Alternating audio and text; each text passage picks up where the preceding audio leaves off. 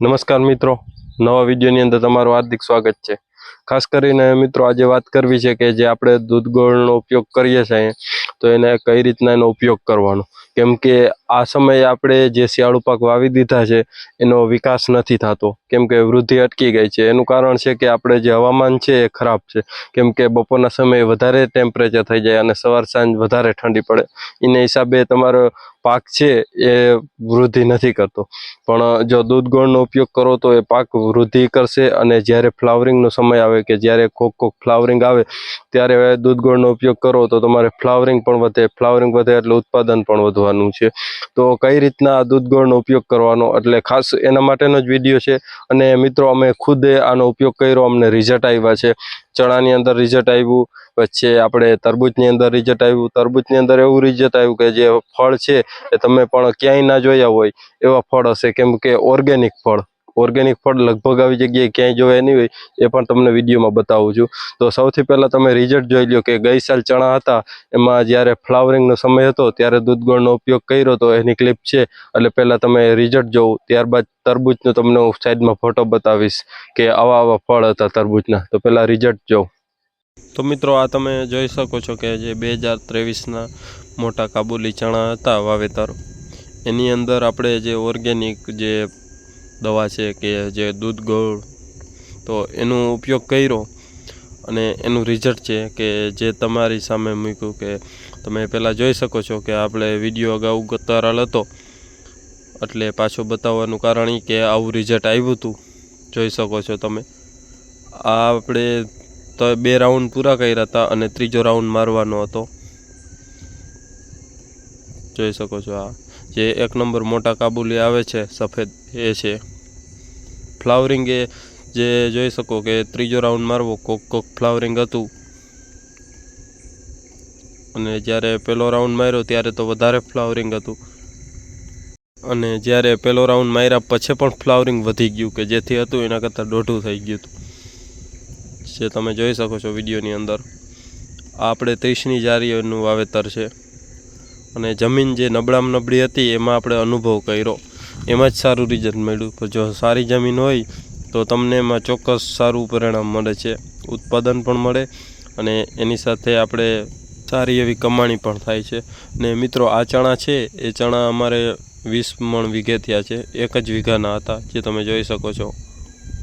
આ અનુભવ કર્યો અને એમાં ખાસ કરીને જે ગાય દૂધનું જે આપણે છે એમાં બહુ સારું રિઝલ્ટ મળ્યું છે। આ 30ની જાળી હતા પણ તમને આમાં ક્યાંય હાલવાની જગ્યા ના મળે એટલું, જાણે જે આપણે મગફળીમાં વલ હોય એના કરતાં પણ વધારે, જે તમે ડાયરેક્ટ રિઝલ્ટ પણ જોઈ શકો છો। આપણે રિઝલ્ટ બતાવી અને પછી જ વિડીયો બનાવવાનું કારણ ક્લિપ જે આ ગયા વર્ષની હતી એટલે આ વર્ષે તમને દેખાડવા માટે એડ કરી કે જેથી કરી અને બીજા ખેડૂત મિત્રો હોય એ આ વર્ષે દૂધ ગોળનો ઉપયોગ કરે એટલે એને સારું રિઝલ્ટ મળે એ હેતુથી આ ક્લિપ બતાવવાનો પ્રયાસ કર્યો છે।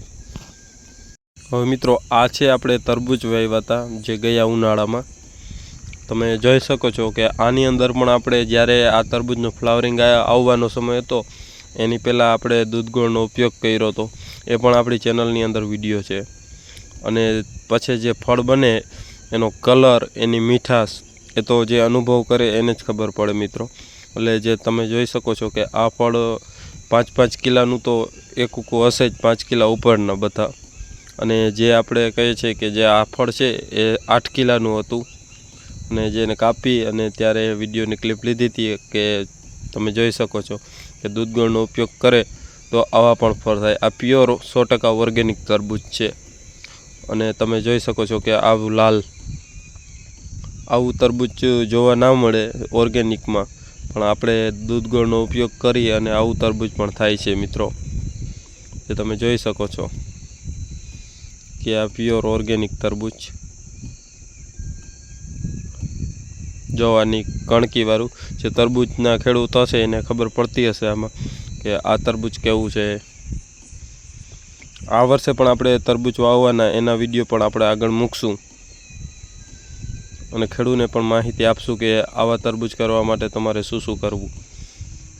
થોડોક મિત્રો વિડીયો લાંબો છે પણ વિડીયો આખો જોજો, તમને પૂરી માહિતી મળી શકે। મિત્રો આ તમારી સમક્ષ રિઝલ્ટ મૂક્યા છે.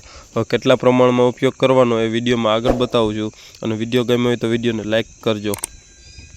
તો મિત્રો, તમે રિઝલ્ટ જોયું કે આપણે ડાયરેક્ટ કોઈ વિડીયો નથી બનાવતા અને અઢળક એવું રિઝલ્ટ આવે છે. દૂધ ગોળનું બહુ સારું રિઝલ્ટ આવે છે, અને આનાથી ઉત્પાદન પણ વધ્યું હતું ચણાની અંદર. આ જે ચણા છે એ 21-22 મણ વીઘે થયા હતા, કે જે અમે 1 વીઘાના હતા, અને એમાં પ્યોર ઓર્ગેનિક થી જ કરેલા, એટલે ખાસ એમાં રિઝલ્ટ આવ્યું હતું દૂધ ગોળનું. અને કેટલા રાઉન્ડ મારવાના દૂધ ગોળની એની પણ ચર્ચા કરવી છે, કેટલું પ્રમાણ રાખવાનું દૂધ ગોળનું, અને કયા કયા પાકોમાં આનો ઉપયોગ કરવાનો. તો ખાસ એના માટેનો જ વિડીયો છે, એટલે ખાસ કરીને વિડીયો તમે આખો જોજો, કે જેથી કરીને તમને પૂરી માહિતી મળી રહે મિત્રો. તો આ વાત કરીએ દૂધ ગોળનો, તો દૂધ ગોળનો ઉપયોગ છે તમે કોઈ પણ ફ્લાવરિંગ વાળા પાક, આમ તો બધા પાકમાં ઉપયોગ કરી શકો છો, પણ જે તમને લાગતું હોય કે અત્યારે હવામાનને લાગે અને જે પાકની વૃદ્ધિ ના થતી હોય, વિકાસ ના થતો હોય, તો એની અંદર તમે આનો ઉપયોગ કરો તો તમારે પાક છે એ આપણે કહીએ છીએ કે ગ્રીનરી, લીલો થઈ જાય, પીળાશ દૂર થઈ જાય દૂધ ગોળનો એમાં ઉપયોગ કરો તો. અને એની સાથે સાથે કદાચ વૃદ્ધિ હોય પણ ફ્લાવરિંગ ના આવતું હોય, તો ફ્લાવરિંગ પણ આના હિસાબે વધારે આવે છે. એનું કારણ એ છે કે જ્યારે ફ્લાવરિંગ કોક ફ્લાવરિંગ આવતું હોય ત્યારે આનો ઉપયોગ કરો, અને છેલ્લે સેટ કોક ફ્લાવરિંગ દેખાતું હોય, જે આપણે તમને દાખલા તરીકે કહું તો ચણાની અંદર જ્યારે અમે ઉપયોગ કર્યો ત્યારે ક્યાંક ક્યાંક જે સફેદ ફૂલ છે, કાબુલી ચણા છે એટલે આવતા હતા, ત્યારે આનો ઉપયોગ કર્યો. અને છેલ્લે જ્યારે દોડવા આપણે કહીએ છીએ કે જે પોપટા એ ભરાઈ ગયા, અને પછી છેલ્લે આનો ઉપયોગ કર્યો, કે તો એનાથી એવું થાય છે કે જે આપણે કાબુલી ચણો છે એની અંદર ભરપૂરમાં ફૂલ દાણો ભરાઈ જાય છે, અને ક્વોલિટી કે જે આપણે આમ સફેદ ચમકદાર લાગે. એટલે આનાથી ઘણા બધા એવા પણ ફાયદા થાય છે. જોઈ શકો છો કે આપણે જે તરબૂચ હતા એનો ફોટો તમને બતાવું છું, એટલે ખબર પડે કે દૂધ ગોળનો ઉપયોગથી આવા ફળ પણ બની જાય છે મિત્રો. એટલે ફ્લાવરિંગ તો બહુ સારા તરબૂચ થયા જગ્યા ઉનાળાની સાલમાં.